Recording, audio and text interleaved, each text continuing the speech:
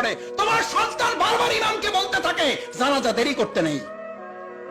বলে আমি বলতে শুনেছি পুরো আমার চোখের সামনে, বাবার সামনে কফিনে দাঁড়িয়ে নিজের পুত্রকে বলতে শুনেছি, মাসুদ ভাই বক্তৃতা লম্বা করবেন না। কি নিষ্ঠুর দুনিয়াতে থেকে আপনি বলেন আমি ছাড়া কিচ্ছু চলে না। কি আত্মপ্রতারণায় শয়তান আপনাকে ফেলে রেখেছে। যে আল্লাহর দেওয়া সম্পদ না হলে আপনি 1 সেকেন্ড না, 1 ন্যানো সেকেন্ড না, 1 মাইক্রো সেকেন্ড চলতে পারেন না। যিনি বলেন আমার আগামী মাস কিভাবে চলবে, আর আপনার 1 সেকেন্ড কিভাবে চলবে আপনি বুঝেন না?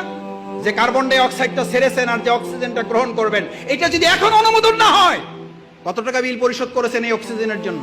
অনলাইনে না অ্যানালগে জমা দেন? কোন অ্যাকাউন্টে জমা দেন? এটা কোন অ্যাকাউন্টে? এত কি ভাবেন ভবিষ্যৎ কি? ভবিষ্যৎ তো অক্সিজেন। এই এখন কার্বন ডাই অক্সাইডটা ছেড়েছেন, অক্সিজেনটা আর যদি না ঢোকে এখন কি কারণ লাগবে? পৃথিবীর সমস্ত ডাক্তার একমত হয়ে গেছে হার্ট অ্যাটাক করে কোনো মারা যায় না, মারা যাওয়ার কারণে হার্ট অ্যাটাক করেছে। স্ট্রোক করে মারা যায় না, মারা যাওয়ার জন্য স্ট্রোক। আল্লাহর কাছে জিব্রাইল আমিন না আজরাইল জান কবজ করার ফেরেশতাকে বললেন আল্লাহ এমন দায়িত্ব দিয়েছেন, লোকেরা তো আমার সেই পরিমাণ গালাগালি করবে যে এই লোকটার জন্য আমরা মারা যাইতেছি। আল্লাহ তাআলা বলেন তোমার কোনো অসুবিধা নেই, ব্যবস্থা করে দেবো। লোকেরা তোমার কথা মনেও রাখবে না, তোমার কথা স্মরণও করবে না, তোমার উচ্চারণও করবে না। ওরা বলবে গাড়ির অ্যাক্সিডেন্ট করে মারা গেছে, গাড়ির গালাগালি করবে। ওরা হসপিটালকে গালাগালি করবে, ওরা ডাক্তারকে গালাগালি করবে, ওরা সংগঠনের মিছিলকে গালাগালি করবে। আল্লাহ আমাদের মাফ করুন। এক ওয়াক্ত নামাজ যদি স্বেচ্ছায় কেউ পরিত্যাগ করে, তাহলে ওই ওয়াক্ত থেকে আর এক ওয়াক্ত পর্যন্ত সে কাফের থাকে যতক্ষণ পর্যন্ত আর এক ওয়াক্ত আদায় করে আল্লাহর কাছে তওবা ইস্তেগফার না করে। মুসলিম এবং কাফেরের মধ্যে পার্থক্য সৃষ্টি করার জন্য বলে দেওয়া হলো।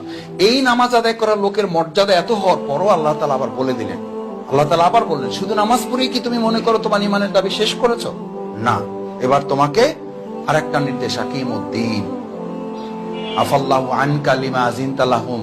ওই নামাজি, ওই রোজাদার, ওই হজ করার লোকদেরকে আপনি কেন রুখসাত দিলেন, কেন ছুটি দিলেন? হাত্তা ইয়াতাবায়্যানা লাকাল্লাযিনা সাদাকু ওয়া তাআলামাল কাযিবিন।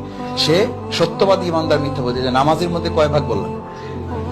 এবার ইমানদারের মধ্যে 2 ভাগ, সত্যবাদী ইমানদার, মিথ্যাবাদী ইমানদার। নামাজ পড়ে, রোজা রাখে, হজ করে, যাকাত দেয়, কিন্তু দিন কায়েমের আন্দোলনে যখন তাদেরকে একটু আগায় আসতে বলা হয় তখন পিছু টান দেয়। আল্লাহ তাআলা তাকে বললেন মিথ্যাবাদী ইমানদার, মিথ্যাবাদী নামাজি, মিথ্যাবাদী রোজাদার, মিথ্যাবাদী হজ, মিথ্যাবাদী তাহাজ্জুদ গুজার, মিথ্যাবাদী জিকিরকারী, মিথ্যাবাদী তেলাওয়াতকারী, মিথ্যাবাদী সাদাকাকারী।